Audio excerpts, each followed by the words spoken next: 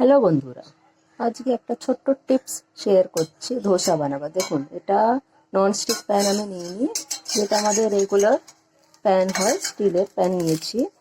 আর দেখুন, এত ইজিলি ধোসাটা আমি পাল্টে ফেললাম, না চিপকোই না কিছু। অনেকেরই কমপ্লেন থাকে যে ধোসা চিপকে যায়, তাই জন্য ননস্টিক ইউজ করতে হয়।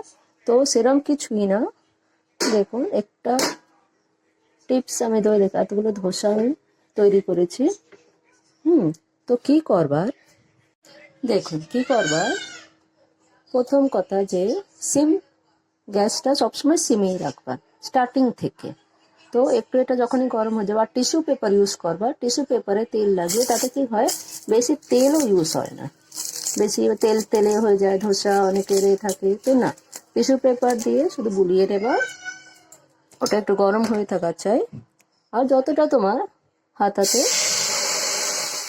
এক হাতা আধ হাতা মতো, যেমন আমি একটু ছোট ছোট করেই করি, তো এটাকে স্প্রেড করে দেবা। আর এটা হচ্ছে ইম্পর্টেন্ট, ওটাকে ঢাকা দিয়ে দেবা। ঢাকা দিলে কি হয়, ওই যে ভাপেতে, স্টিমেতে ওটা সেদ্ধ হয়, আর ওটার জন্য ওটা নিচে চিপকবে না। এটা হচ্ছে মেন টিপস। এই দেখুন, ঢাকনা খুলে এবারে দেখুন, খুবই ইজিলি এটা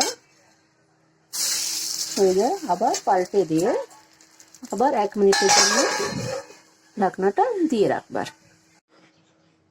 এই দেখুন, এবারে আবার ঢাকনা খুলে দেখুন কত ইজিলি এটা বেরিয়ে আসে। তো এরম করে করে দেখবেন, আপনাদের ধোসা কখনোই চিপকে থাকবে না, বেশি তেল লাগবে না, খুব সুন্দরভাবে ধোসাগুলো এরম করে তৈরি হয়ে যাবে। এটা যদি খুব ভালো লাগে তাহলে লাইক, কমেন্ট আর শেয়ার করে আমাকে জানাবেন।